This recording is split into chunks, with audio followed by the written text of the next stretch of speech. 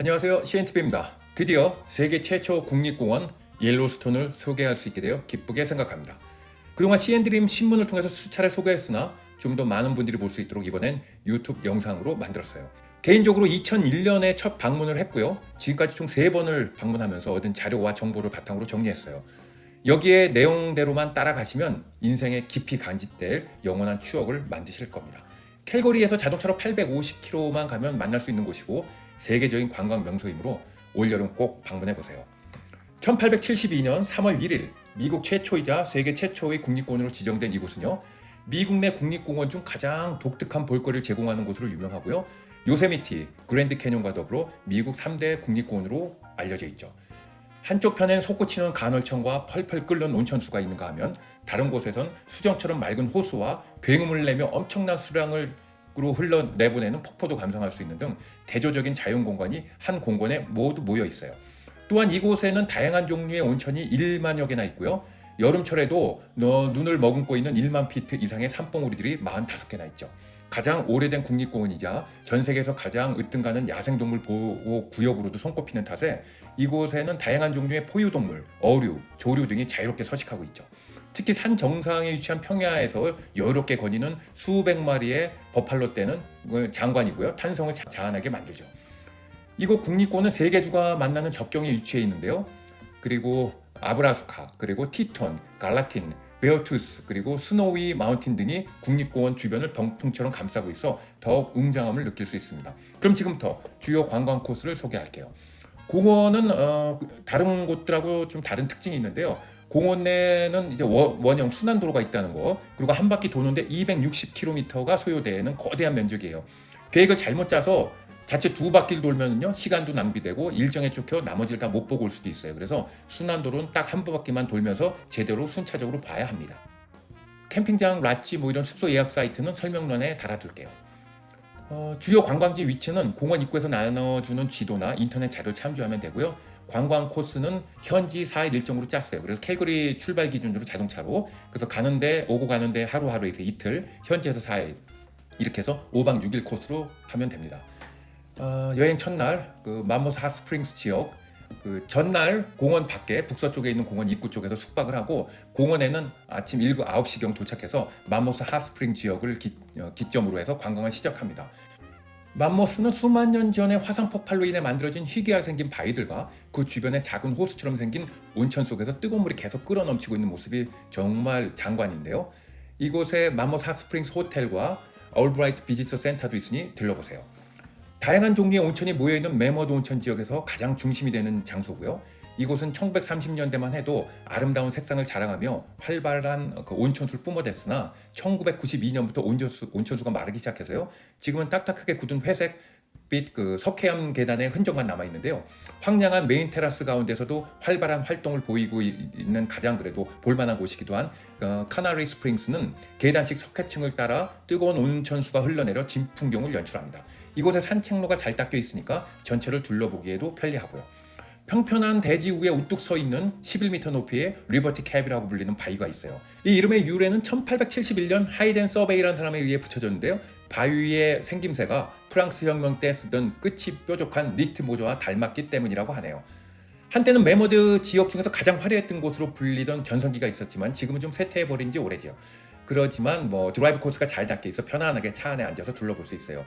이곳의 필수 코스로는 코끼리 등을 연상케 하는 화이트 엘레펀트 백 테라스와 1985년부터 활동을 재개한 엔젤 테라스 등이 있습니다. 맘모스 지역을 돌아보고요. 공원 동쪽에 위치한 타워 루즈벨트 쪽으로 가다 보면 오른쪽으로 레이스 폭포가 입구가 나옵니다. 주차장에서 약 15분 정도 걸어 들어가면 폭포가 나오는데요. 이곳은 물이 수직으로 떨어진 대신 비스듬한 경사의 거대한 바위 벽을 타고 물이 흘러내려와 매우 이색적인 경치를 감상할 수 있죠. 1988년도 대화재 당시에 가장 피해를 적게 입은 곳이고요. 그래서 자연 경관이 좀 아름답게 보존되어 있어요. 이곳의 대표적인 볼거리로는 높이 40m에 달하는 타워 폭포가 있어요. 참고로 이곳 국립공원 중 가장 늦게 개방하므로 이른 봄에는 방문할 수는 없습니다. 여행 둘째 날입니다. 그랜드 캐년 그리고 로어 폴스 지역이죠. 그랜드 캐년 빌리지에서 1박을 하시고 다음날 이른 아침부터 그랜드 캐년 주변 관광을 시작합니다. 캐년 빌리지 안에는요, 또 캐년 비지터 에듀케이션 센터가 자리 잡고 있는데요. 극장 안에는 국립공원을 소개하는 영화 상영도 있고요. 전시관도 잘 꾸며져 있으니 꼭 둘러보세요. 이곳 국립공원 내 그랜드 캐년은요, 깎아지른 듯한 협곡과 폭포, 그리고 계곡 바닥을 흐르는 옐로스톤 리버가 절묘한 조화를 이루며 웅장함을 보여줍니다. 이곳 그랜드 캐년을 감상할 수 있는 좋은 전망대들이 여러 개 있는데요. 모두 둘러보세요. 캐년 빌리지가 북쪽에 있으므로 그 숙소에서 나와 우선은 노스림 쪽의 전망대인 블링크업 로어 폴스 트레일, 그리고 레드락 포인트, 루카웃 포인트, 그랜드 뷰, 그리고 인스퍼레이션 포인트 모두 돌아보시고 사우스 림으로 내려오면 됩니다. 이 중에 그 노스림에 있는 것 중에 특히 레드락 포인트 전망대에서는요, 로어 폴스를 가장 멋지게 감상할 수 있는 곳이므로 그 정말 인생샷을 남기기에 부족함이 없는 장소죠. 루카 포인트 산책로는요, 위에서 내려다보면 상당히 멀게 느껴져 내려갈 엄두가 잘 나지 않지만요, 막상 시도해 보면 크게 어렵지 않은 수준입니다. 이곳 전망대를 모두 돌아보고요, 노스 쪽을, 그리고 사우스 림으로 가기 직전에 블링크업 어퍼 폴스 트레일이 있는데요, 이곳에 들려서 어퍼 폴스를 꼭 감상해 보세요. 이제 그러면 그랜드 캐년 사우스 림 전망대로 내려갑니다. 여기에는요, 어퍼 폴스 뷰 포인트, 엉클 톰스 트레일, 아티스트 포인트가 있어요. 아티스트 뷰 포인트 전망대에서 계곡을 내려다보면 깎아지른 듯한 붉고 노란 바위산들이 정말 인상적이고요. 계곡 아래쪽에 흐르는 옐로스톤의 강이 신비함을 자아낼 정도입니다. 그 선녀들이 강물에서 목욕이라도 하고 있을 것 같은 착각을 불러일으키게 만들죠. 게다가 멀리 바라보이는 로어 폴스와 이 거대한 절벽들은 탄성을 절로 나오게 만드는 정말 절경 중의 하나입니다. 어퍼 폴스는 그랜드 캐년을 대표하는 볼거리 중 하나인데요. 폭포까지 산책로가 나 있어 가까이 가서 감상할 수 있어요. 폭포의 낙차는 33m에 불과하지만요, 엄청난 수량을 자랑합니다. 두 곳의 전망대가 있고요, 모두 둘러보세요. 노스림 쪽에 블링크업 어퍼 폴스 트레일, 그리고 사우스림 쪽에 어퍼 폴스 뷰 포인트가 바로 이 폭포를 볼 수 있는 전망대입니다. 이제 로어 폴스로 넘어가죠. 낙차 93m에 분당 850만 리터라는 경이적인 물을 쏟아내는 이 폭포는요, 캐년 컨트리에서 가장 최대의 볼거리죠.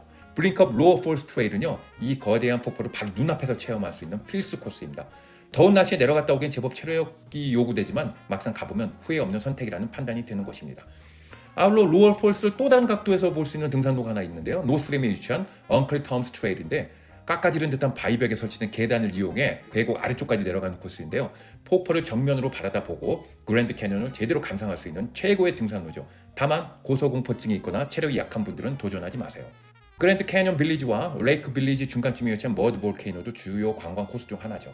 왕복 1km 산책로상에 그 이름처럼 진흙 온천들이 곳곳에 산재해 있는데 온천을 들여다보고 있으면 흡사 지옥을 연상시킬 정도로 섬뜩합니다. 그 해발 2,357m 높이에 위치한 산전 호수죠. 옐로스톤 호수는 평균 수심 43m에 최고 깊이 122m, 그리고 둘레는 160km에 달하는 거대한 호수로 이거 국립공원에서 가장 큰 호수고요. 북미 고산지대에 위치한 가장 큰 호수이기도 합니다. 호수 주변으로 침엽수들이 병풍처럼 둘러싸여 있어 한 폭의 그림을 연상시키죠. 특히 호수 북단 피싱 브릿지 20번 국도는요, 환상의 드라이브 코스입니다. 도로가 호수의 수면 바로 가까이까지 이어져 있어서 이곳을 달리다 보면 흡사 물 위를 달리는 듯한 그런 환상이 느껴질 정도이며 거대한 호수와 주변의 산들이 만들어내는 멋진 풍경에 탄성이 절로 나오죠. 레이크 버트 전망대까지 둘러보고요. 엘리너 레이크 정도까지만 둘러보면 이 드라이브 코스로는 충분합니다. 여행 셋째 날 웨스트 썸 지역이죠. 레이크 블리지 지역이나 거기에 캠핑장이나 숙소에서 숙박을 일단 하고요. 셋째 날 이른 아침부터 웨스트 썸 코스를 관광을 시작합니다.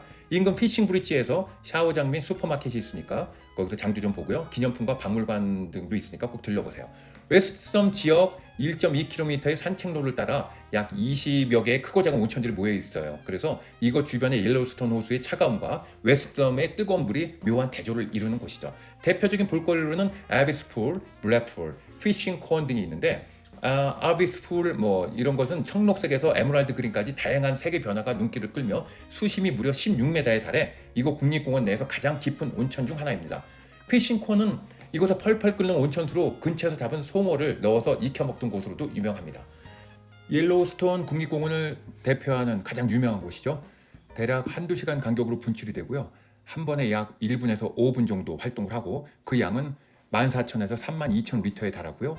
약 30에서 55m 높이까지 하늘로 뜨거운 물을 뿜어내는데 그 장관을 보지 않고서는 짐작하기 정말 힘들 정도죠. 옆 안내소에 가면요, 분출 예정 시간이 써 있는데 그 시간에 맞춰 도착하면 주위에 수백 명이 쭉 둘러싸서 그 장관을 보려고 기다리고 있습니다. 뭐 분출 간격이나 규모가 좀 다를 뿐 이런 류의 간헐천이 이거 국립공원에는 300개가 넘습니다. 올드 페이스풀 주변에 많은 온천들이 있고 산책로가 잘 꾸며져 있죠. 시간 여유 있다면 주변들을 천천히 둘러보는 것도 좋습니다. 그리고 바로 옆에 있는 올드 페이스풀 인도 주요 관광 코스 중 하나죠. 나무와 돌로 만들어진 이곳 호텔은요 1900년대 초에 문을 열었고 고풍스럽고 원시적인 내부 장식이 매우 인상적이고요. 실내 중앙에 세워진 거대한 난로와 수공예품 시계가 눈길을 끕니다. 여름 시즌 숙박은 수개월 전에 이미 예약이 끝날 정도로 인기가 높으니까요. 미리미리 서두르시고요. 가격은 제법 여름에 비쌉니다.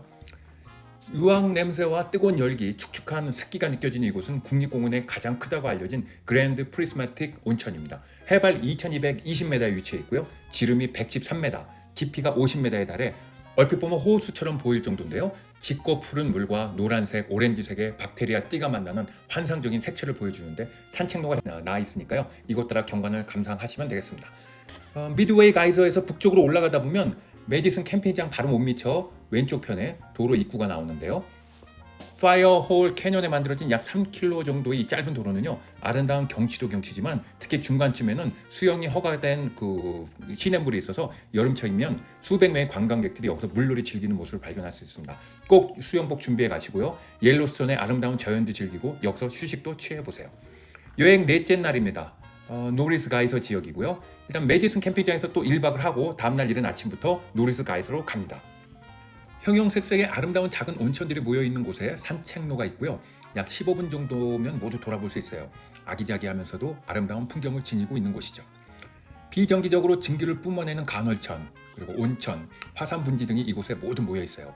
섭씨 93에서 138도까지 열을 뿜어내는 온천, 거대한 동물의 입을 닮은 웨일 마우스, 또 크래클링 호수 등이 대표적인 볼거리죠. 이곳에 포슬린 베이진 산책로와 반대편으로 백베이진 산책로 두 곳이 있는데요. 모두 둘러보도록 하세요. 아울러 중앙에 있는 박물관에서는요. 화산의 생성과 진화 과정 그리고 현재의 모습 등을 알 수 있는 상세한 자료들이 전시되어 있어요. 멋진 에메랄드 빛과 모락모락 김이 솟아나는 온천으로 이곳을 바라보고 있노라면 당장 몸을 담그고 온천욕을 즐기고 싶게 만드는 곳인데요. 원래 물 색깔은 맑은 파란색인데 표면에 둘러싸인 유황띠에 노란색이 스며들어 에메랄드 빛으로 보인다고 하네요.